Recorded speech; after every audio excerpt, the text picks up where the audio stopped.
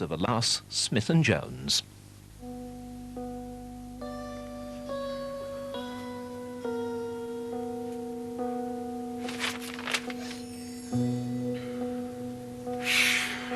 Jeez.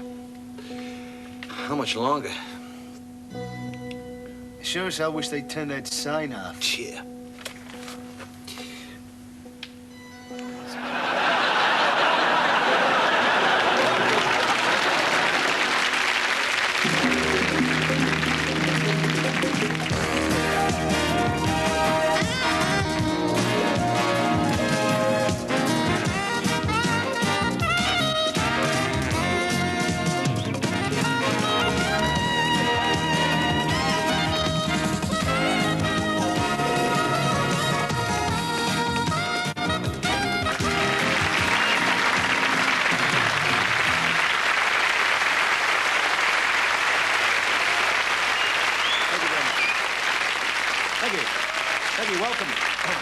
And welcome once again to the programme. Why don't we have a look at what's been going on in the news? Well, it's been a busy week for Mrs. Thatcher, seen here riding in the 330th Kempton Park. That must be Edwina Curry there without the blinkers. But, of course, the Princess Royal, Margaret Thatcher, who, as we can see, has dismounted and is standing in the unsaddling enclosure, where she pledged to take off most of her clothes and have a new hairdo, which makes her look surprisingly like Madonna and not Mrs. Thatcher at all. But Mrs. Thatcher, who is Princess Anne again, riding on her Mount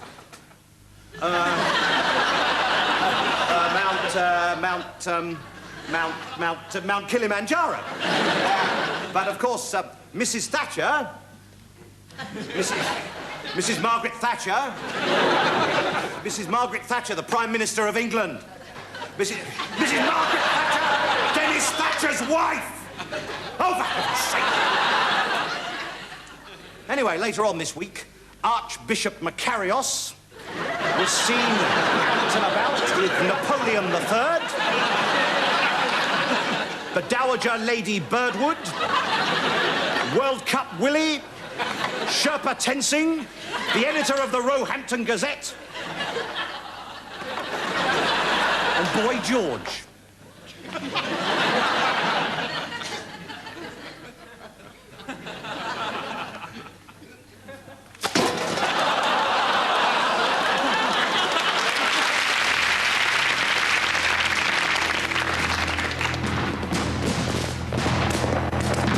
Sassoon, the first casualty of war is your haircut. Since Cecil Parkinson has become Energy Minister, we've come up with a new slogan. Instead of save it, it's put it about a bit.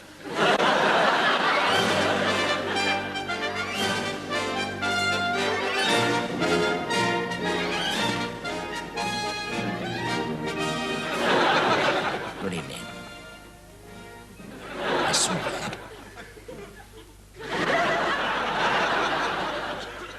Inspector Bribes and Sergeant Porno of the Yard are investigating a string of murders, which look like they must be the work of a mega criminal with a notorious Mr. Big. This is fascinating, Porno. I hope you're writing all this down. I certainly am, sir. The whole thing suddenly makes sense.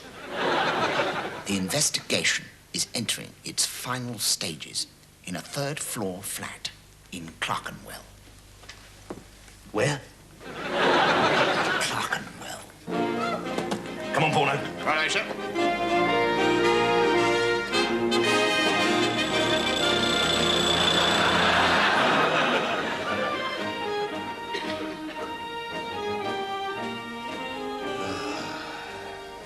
And every room is the same, Porno. It's terrible, sir. Any ideas? Well, I don't know.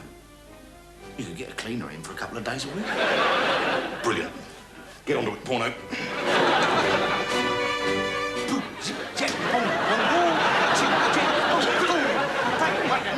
We're in the cup. Morning, sorry. Morning, sir. Tick-tock, pogo. What What are you doing, Sergeant? I'm practising to be a mason, sir. You got it all wrong. Am I, sir? Yeah, where's your pair of compasses? Oh, well, And you need, what is it, a towel?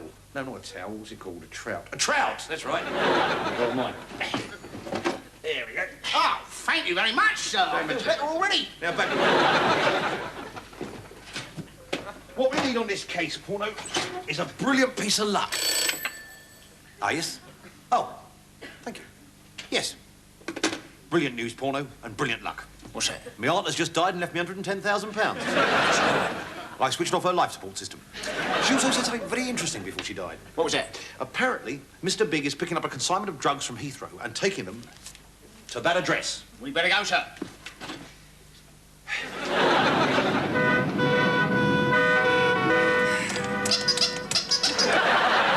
This is ridiculous. Do you want to try the bell, sir? Good idea.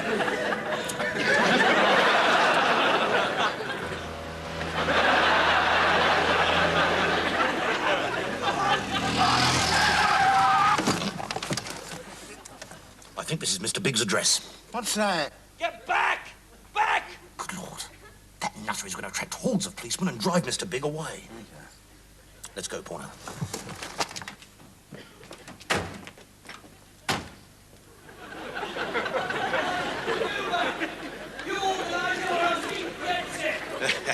Fascist scum! Give me the gun, Porno.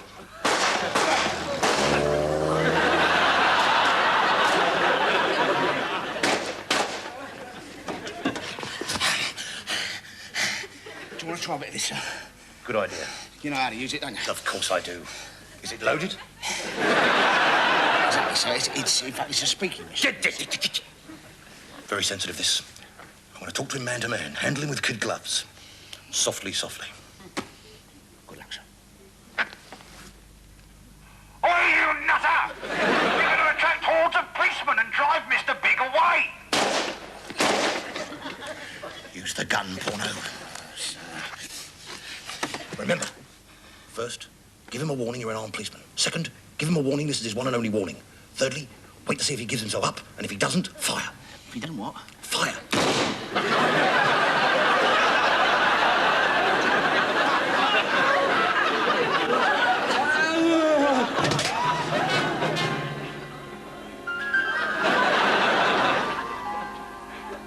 So tell me that again. He had a suitcase full of drugs, sir. What sort? What's a big leather one with little wheels on the back? What sort of drugs? Cocaine and heroin, sir, with a street value of £20 million and 47 pence. How did you work that out? Well, that's what we got for it, sir.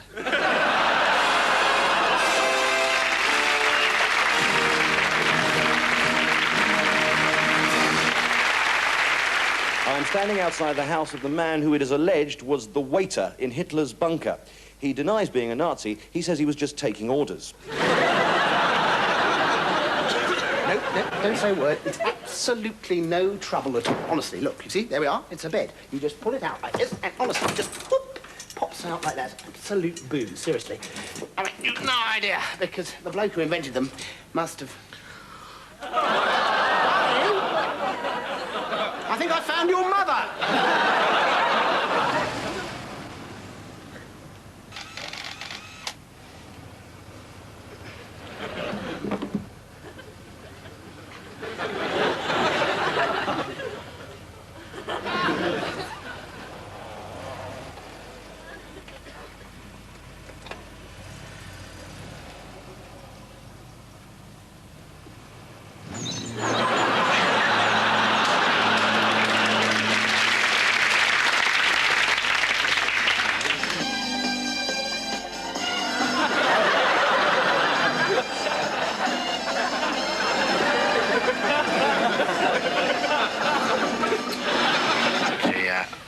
Hang on.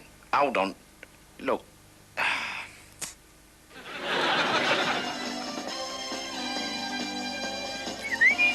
Beep, beep, beep, beep. Yeah, 3 beat, yeah. Beep, beep. Let's beam down then, R2-D2, and stretch our metal legs. Yes, Is that right? Sand everywhere. I wonder what this product is called. Beep, beep, beep.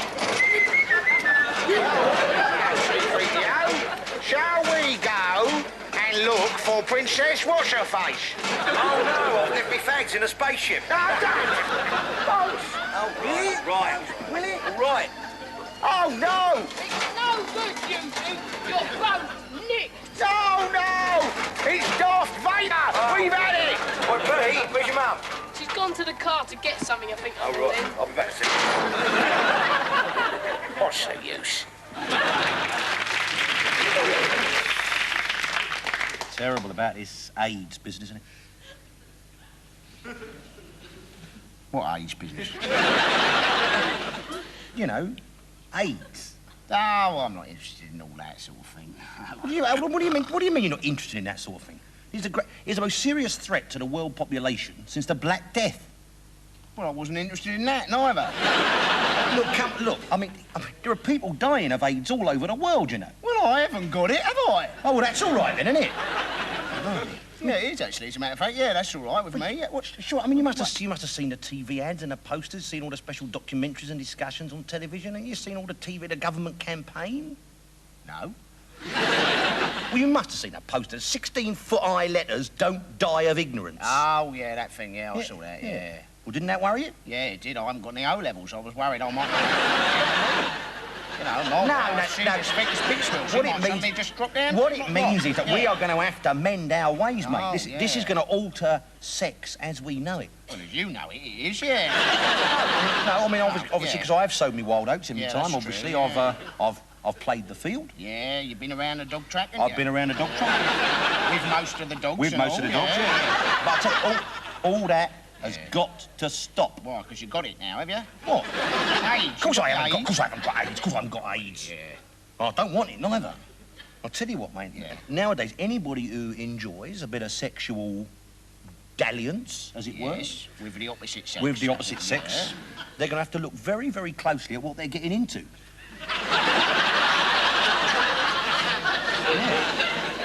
They're going to have to, like, examine their priorities, you mean? Well, yeah, I know what you mean. I mean, the first thing is that everyone's got to cut down on their sexual activity. Have they? Oh, yes. Really? What, you think I ought to get the missus to move into the spare room, then?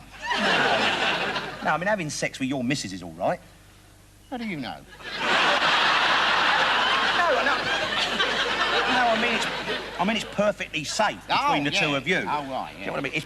It's promiscuity. Is it? It's promiscuity that is the problem.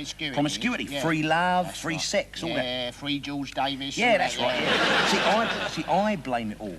I blame it all on the 60s. Do you? No, that was stupid. Them old age pensioners, they don't use it. The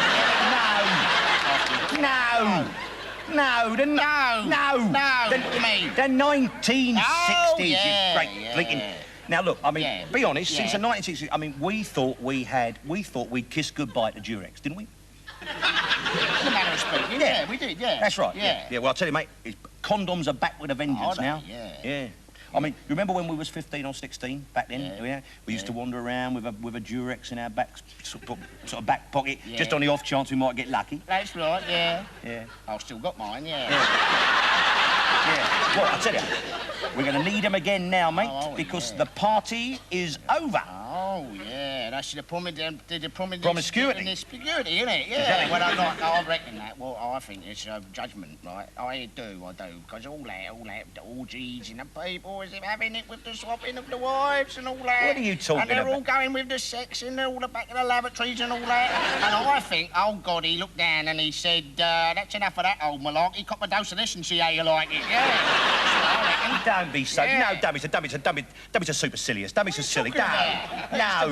From on high. Don't be daft. There is a perfectly rational, medical, scientific explanation for why AIDS has suddenly cropped up like this. Now, what is that, then? Well, it's all to do with the monkeys, isn't it? Is it? Yeah. No, there was only 4 of them, weren't they, playing in Blimey. I'm talking about the monkeys that live in the jungle in Africa. Oh, the monkeys. Right. Yeah, that's the monkeys. The monkeys. Yeah, Blimey. right, yeah. Look, the monkeys apparently they've carried AIDS for thousands of years. Thousands of years, right? Yeah. Absolutely. Yeah. And all the blokes who live in Africa, they've been very close to the monkeys, but they've always resisted the odd, you know. Thousands of years, and then suddenly, they reckon about 10 years ago, some sick, starved idiot's wandering through the jungle. Yeah. He looks up and he sees this sort of monkey's native bum swinging in the tree. He can't control himself, and bang, he's got the AIDS, you see. Oh, my God. Yeah. You mean like that's one bloke, right? Yeah. He given the human race right down the Swanee just because a little bit of monkey business. That's all. Exactly. I know who it was and all. I know who it was. Oh. It was that David Attenborough bloke. I seen him on that programme, right, with them gorillas. He was kissing another cuddling of them, wasn't he? Yeah. And Desmond Morris. Yeah, he was kissing and cuddling with him and all. It's a disgrace, isn't it? Terrible. No, but anyway, I mean, to be honest, this is one of the theories, you see. I mean, there is another scientific theory about how AIDS came about. Yeah. That has to do with the fact that, some creature from outer space brought it down. Oh, you see? Yeah. But personally, I think of the two theories, I go with a monkey theory, basically. Yeah, and why is that, then? Who wants to shag a creature from outer space?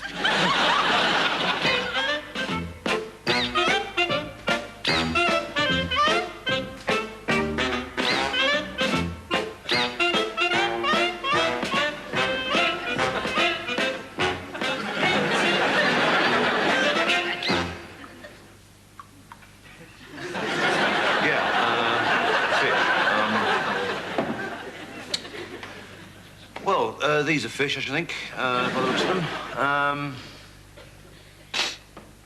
You can sort of do quite interesting things with them if you want to do. Cut their heads off. Slice them up. That's a bit of haddock, I think, that one. Sort of lobster. Sort of, you can make glue with them, can't you? Fish. Yeah. I'll tell you what, can we get rid of these fish? They don't stink. Hello. Welcome once again to a new series of the Antiques Roadshow. This week, we're coming to you from the delightful surroundings of the Winnie Mandela estate in the inner-city crisis area of Lewisham. So, without more ado, let's go into the Vanessa Redgrave Community Centre to see what treasures and bygones the people have brought in for our experts to have a look at.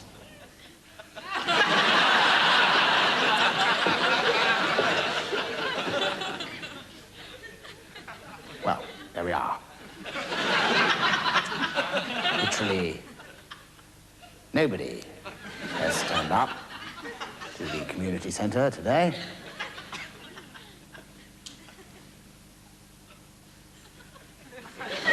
Ronald. You're a porcelain expert from Sotheby's. What about the table? Beech, is it? I thought it might be pine.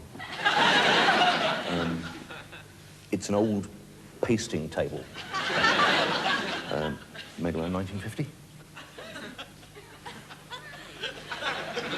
One of a set. Or possibly it's Queen Anne. Queen Anne? Yes, it is. I think it is Queen Anne. The top obviously would have been replaced around 1950. But if you imagine a big mirror and the whole thing done in rosewood. And what about the legs?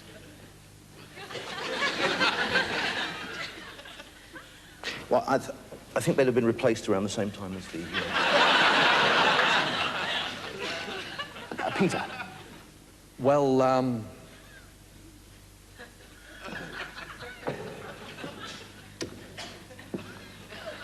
Well, this radiator is a superb example of its kind. They turned out a lot of these around the turn of the century, of course, and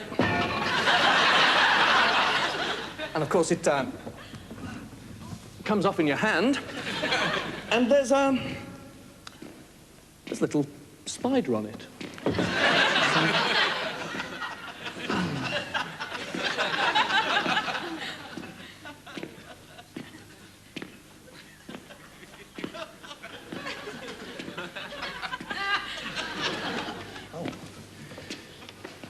Now, what have we here? Well, my father brought it round one evening. To tell you the truth, we're not sure what it is exactly. Well, it's a newspaper, isn't it? I'm not interested. No. Actually, this is most exciting. Now, what we have here is what we call a bundle. It's one of several that was probably printed on the same day. What you have here, in fact, is a complete set of pages. I'm sure it must occupy pride of place in your... Bus shelter. In your bus shelter. Is it, worth much? Well, it's a 1974 Guardian. Lots of printing errors, so it's obviously an authentic piece. This sort of thing's going for around £30 a ton in auction. Have you thought about having it insured at all? No. If you did, it would have a valuation in the region of, I suppose, a 64th of a p, something like that. As much as that? Oh. Yeah, well, I wouldn't want to part with it. No, and nor should you. It's a lovely piece, and I'm sure it's got a lot of sentimental value. That's right, yeah. Well, thank you very much for bringing it in. It's been most interesting. We just pop it back in the... So there we are, Ronald. And what was your favourite item here today? It's very difficult. Very difficult indeed. I think I'd have to say the newspaper. Yes, we didn't expect to find that, did we? I think we've been very lucky. Well, there we are. That's all we've got time for here. Next week, the Antique Roadshow visits Bath. Thank God.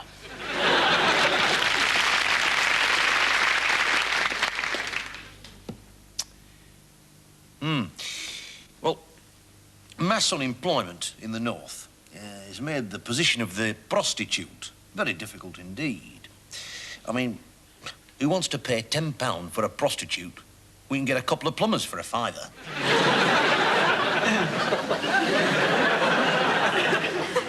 This is a poem.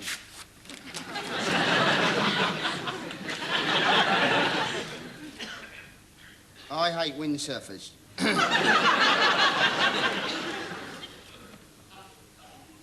I hate windsurfers. What a stupid lot they are. With their stupid lumps of fiberglass stuck in their stupid car.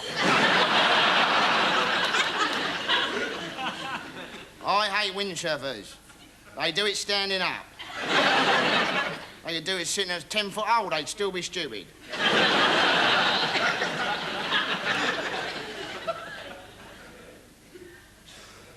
I hate windsurfers in a totally irrational way. It's probably something to do with their wetsuits. Or maybe not, I can't say. I hate windsurfers. They're the sort that get me down. I hope they fall in their reservoirs and swim a bit and then drown.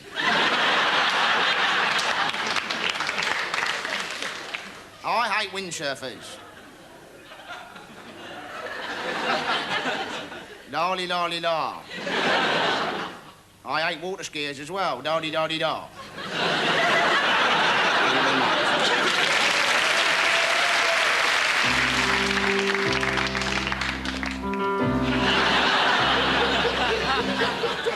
They used to call me funny. I was crazy. I was tough. But now I'm just a has-been. A ball of yellow fluff. With a hand from Harry Corbett.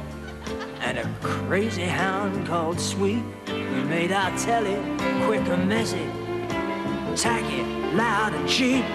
There was me and Andy Pandy, Bucket, Twizzle and the rest.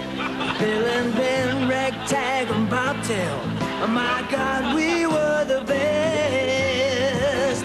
We were there squirting water, cutting ties, chucking flour, making silly squeaky noises on that good old children's hour. We were innocent and free, had no naughty bits to hide. Just me and Sweep and Harry with his hand up my backside. So now we're on the scrap heap. We got nothing but our pride.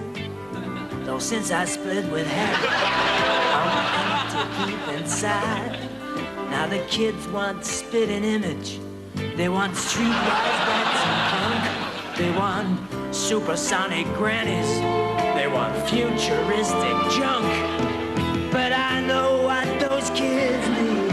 I can see they're being conned. They need a good old bashing with my little magic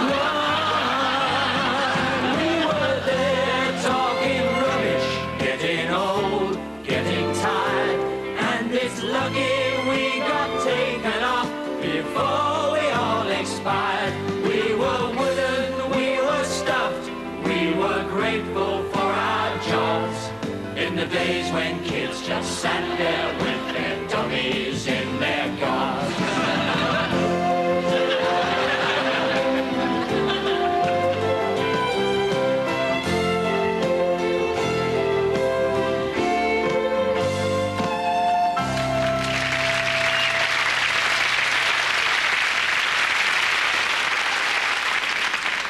Make your world a safer place to live in.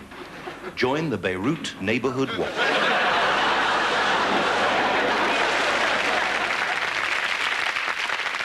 Morning. How do? Is this taken, is it? Is this taken? No. Help yourself. Oh, sorry. Yeah.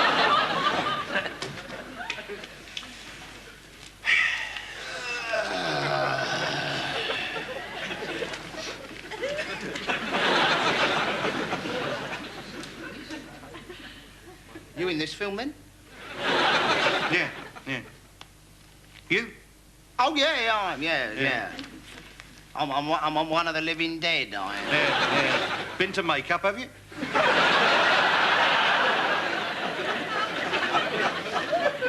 Yes, I have, yeah. So have I. Oh, Yeah. yeah. Have you done this sort of thing before? Yes. Did you see Revenge of the Jedi, did you? Yes, yeah. 27th Stormtrooper and Delta Wing Fighter, I was. Were you really? Yeah. I was a Stormtrooper who did, that. Well, why did you do that, then? Well, so when I went to see the film, Yeah. I'd know that the Stormtrooper who was doing that was me, you see.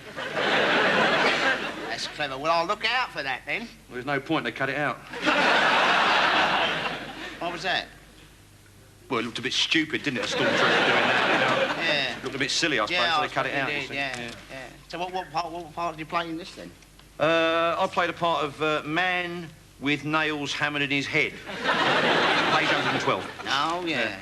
Haven't you got any words to say? Anything to say? Any words? Dialogue, yeah, I've got a bit of dialogue, yeah. What's that? What do you say, then? Og. Og? Yeah, AARRGGG HHH exclamation mark exclamation mark exclamation mark.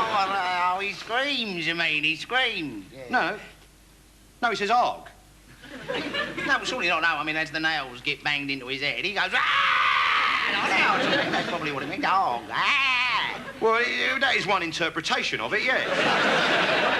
Not the one I favour, is it, that? I'm just going to say og, all calm and collected, as the nails are banged into your brain. Are you? You're not just going to say og like that, are you? Well, why not? Well, it's not realistic, is it? Of course it is.